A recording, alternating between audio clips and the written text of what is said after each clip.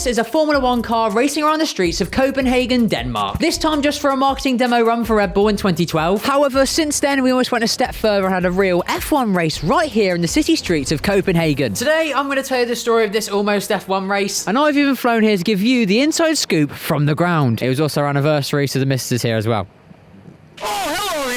Our story begins in 2017, where a group of rich Dutch folk, led by former head of science, tech and development Held Sander, and ex-owner of Saxo Bank Lars Seher, came up with a proposal to bring back F1 to Denmark after over 50 years. Now I say bring back, yet Denmark has never actually held an official round of the Formula 1 World Championship. Instead, it saw host of two non-championship events in 1961 and 62 at the Roskilde Ring in Roskilde. I probably didn't need to specify that that's where it was. Fun fact though, Roskilde's actually the hometown of current F1 driver Kevin Magnussen and his dad, ex-F1 driver Jan Magnussen, who himself plays a big part in our story, as he worked alongside legendary F1 track designer Herman Tilke in the creation of the track layout. Speaking of which, should we have a look at it? The 2.79 mile track was to be constructed in the city centre of Copenhagen in the Indre Bay and Christhaven area, passing major landmarks such as the Parliament building there, at least I think it's the Parliament building anyway, and crossing two major bridges. There's the bridge. Let's get a bit closer. It's very cold, it's very windy. I think it's like -1. So this is the bigger of the two bridges the track would go over. He's swimming. Someone's swimming. This man's a nutter. Amber, what's smaller, his penis right now or Latifi's points tally at the end of last season?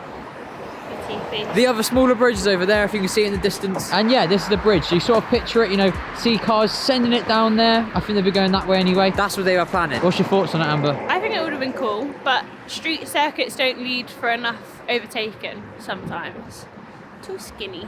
Me, get on Sky Sports F1, lads. The Baku Light circuit also planned to have a 300 kilometers an hour mega long straight passing by the Worzen Stock Exchange, which is this building right here. Very old, very majestic, sort of like Fernando Alonso. Here, there's a tour of Copenhagen. I'm going to wave to them all.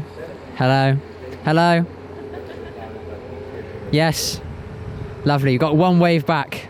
The rest of them are fucking grumpy bastards. Now Magnussen and the rest of the brigade were adamant that the track was going to be a hit, labelling it one of the most spectacular in Formula 1. Moreover, Christensen was convinced that the popularity of Nordic drivers such as Bottas, K-Mag and at the time Kimi would pull in loads of fans, especially since for many of them Copenhagen would become their local track, saving all those in the Scandinavian countries, you know, Northern Europe in general, from having to trek down to Spa or Germany just to go watch F1. Not that it's really that far, but you know what I mean. And to be fair, at that point, things were looking really positive. The team met with then F1 CEO Chase Carey and other big dogs at F1 at the Singapore race that year to discuss the plans further, with the outcome seeming like good news. We have had some very positive meetings with Formula 1 management, and my feeling is that they would love to have a Grand Prix in Copenhagen. On top of this, the project had backing from the Danish government, the royal family, and even the city of Copenhagen itself, although they did want some cash money to make it viable. And that, boys and girls, is where the problems began to arise. Money! Classic F1. It will of course come as no shock to you that holding a Formula 1 race costs money. A lot of it. Aside from the price of the sport itself makes you pay for the privilege of holding a Grand Prix, there's a ton of external and logistical costs as well, especially when it's a street race. For example, it costs Singapore around 80 million per year just to hold the race, 60% of which the government pays for, and the rest coming from the promoters. So for F1 in Copenhagen to actually happen, someone was going to have to cough up a lot of money.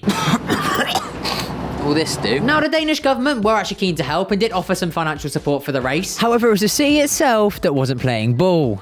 Get it? Because it's a ball. The finance minister admitted that even though he had a small majority in City Hall in favour of the race, many of these supporters, if not all of them, were only keen for the race to happen if it didn't cost the municipality, which is a word I just had to Google, and basically it means a city that has to govern itself, I think. I don't really understand, I'm not smart enough. So long story short, the city weren't going to pay, and at this point the mayor wanted to shut it down. He just had enough of it all. And quite frankly, without the city being on board, the race just wasn't going to happen. The Society for Promotion of Formula 1 in Copenhagen deregistered as a company in November 2018, putting an end to this unique and admittedly ambitious F1 event. In hindsight, the opposition from local environmental groups and the impact of shutting down the capital for a week each year would probably have seen this event fail soon after, if not before it even had begun. And if not that, the targeted start date of 2020 definitely would have. COVID plus cities doesn't really mix. K-Mag himself even commented on the situation, admitting that even though his dad was a major part of the idea and the planning process, the entire concept of the race just never felt that real. No one in Denmark could ever have believed something like this could ever happen.